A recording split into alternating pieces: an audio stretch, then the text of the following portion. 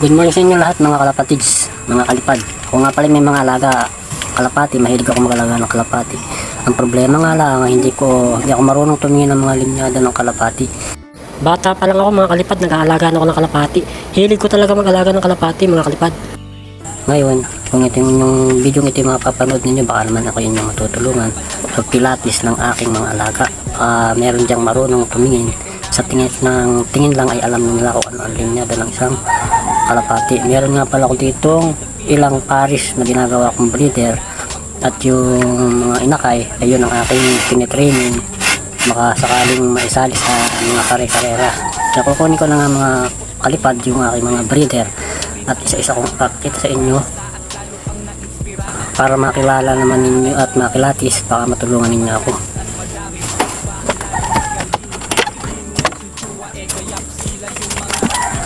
Ito nga pala mga kalipad, ito si Elmo. Ito yung hinagis ko ng pagbilaw.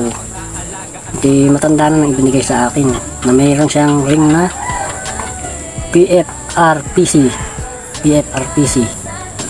Ito si Elmo. Hindi ko alam kung anong linyada nito.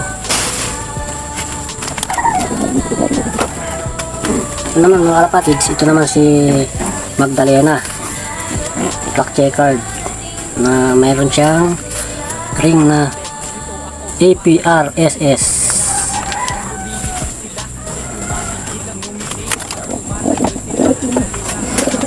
At ito naman yung kanilang inakay mga kalapatids, mga kalipad. Ito yung tinawag kong si King, at ito yung kauna-unahang palahi kung medyo maganda-gandang malaki.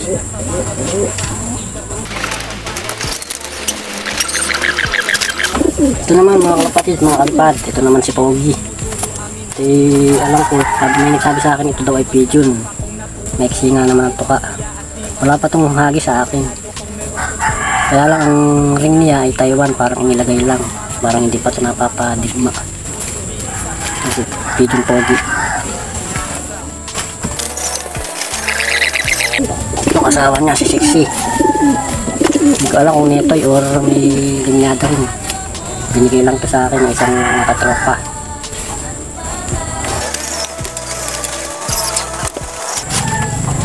Ito naman si Maligno.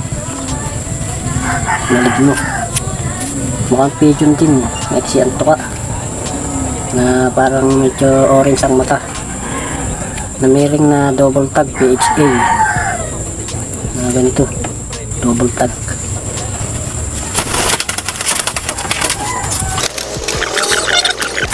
Ito naman mga kalipad si Darna, medyo pigeon din, maiksi ang tuka, tapos ang mata niya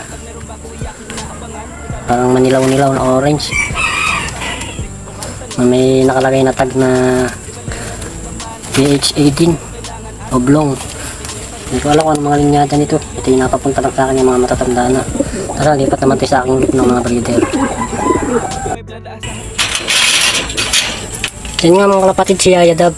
Alam ko may linyada yan, galing kasi sa, ang humawa kasi niyan eh si, hindi ko na sasabihin ng pangalan at baka medyo hindi naman sa magagalit. May si Yaya Dab, parang may linyada.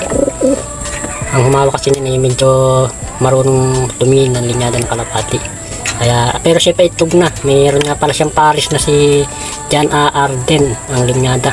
Paitlog na eh, binawi naman. Sayang. Kasi ito naman binigay lang din sa akin. Sabi nung nagbigay sa akin, medyo maganda rin daw ito, parang nakasensor ang singsing. Hindi ko alam kung totoo. Ito naman yung aking binigay lang din ng tropa. Ito yung aking hinagis ng pagbilaw, nakabalik naman. Parang kung titingnan mo parang neto, hindi ko alam kung anong linyada rin ito, baka matulungan ninyo. Yan.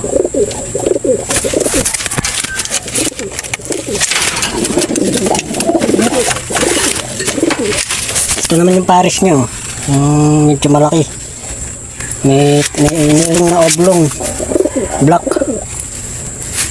Hindi ko alam kung anong mga linyada itong mga kalapati ko. Narito naman yung pinagpapares ko na si medyo imported, John Arden daw ito. Tapos yung kanya kapares galing din to sa marunong tumingin ng linyada ng kalapati. Tapos ito naman nasa ilalim, ito naman medyo maganda-ganda, Pang south daw naman ang hagis nito. Ito naman malaking babae. Medyo maganda rin. Nakapagili ang tagay PHA. Baka matutulungan ninyo ako mga kalapatids, mga lahi, mga idol, lahat na baka makilala nyo ang aking linyada ng kalapati. Pakilagay na lang dyan sa comment at nang pag ako'y magpaparis uli, di alam ko na kung alin ang magandang pagparisin, kung ano ang magandang kunan ng inakay. So hanggang dito na lang itong aking video mga kalahi, mga kalapatids. Maraming salamat sa inyo. Magandang umaga.